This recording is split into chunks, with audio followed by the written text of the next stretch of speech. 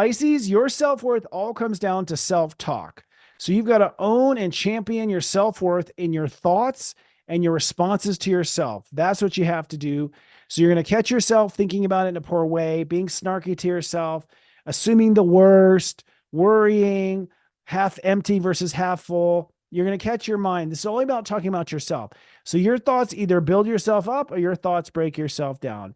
And Pisces with money issues have self-thinking issues. So if you have issues with money, making money, it's your mind, Pisces, that keeps screwing it up because you have Taurus in the third house. So your mind has to think rich to be rich. And this is the way you think of yourself. Okay.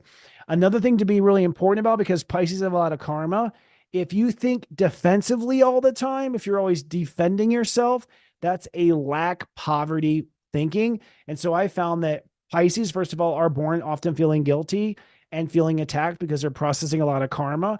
Then they allow themselves to think poorly of themselves or to think of themselves as, wounded or whatever. And then they end up thwarting their ability to make money because they have all this wounded thinking going on inside their mind. So it directly relates to money. It's funny, but my father is a Pisces. I know this 100%. He would lose his job and he wouldn't get a job. And then I'd see his mind go and everything. It's interesting.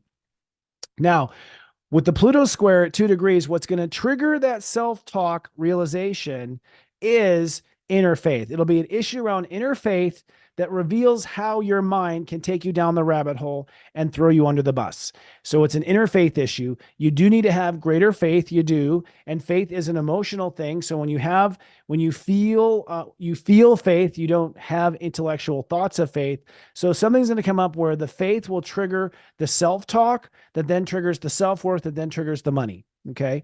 The full moon in Scorpio has to do with being on the wrong side of believing in yourself, that you are not believing in yourself without proof, or you're believing in yourself based on what people have said, or you're believing in yourself based on your resume versus just based on your feeling.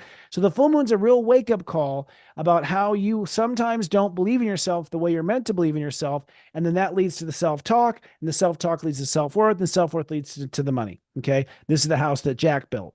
And when we say this is the way with Pisces and Pisces rising, we actually are going to say this week, this is the way with how to make money.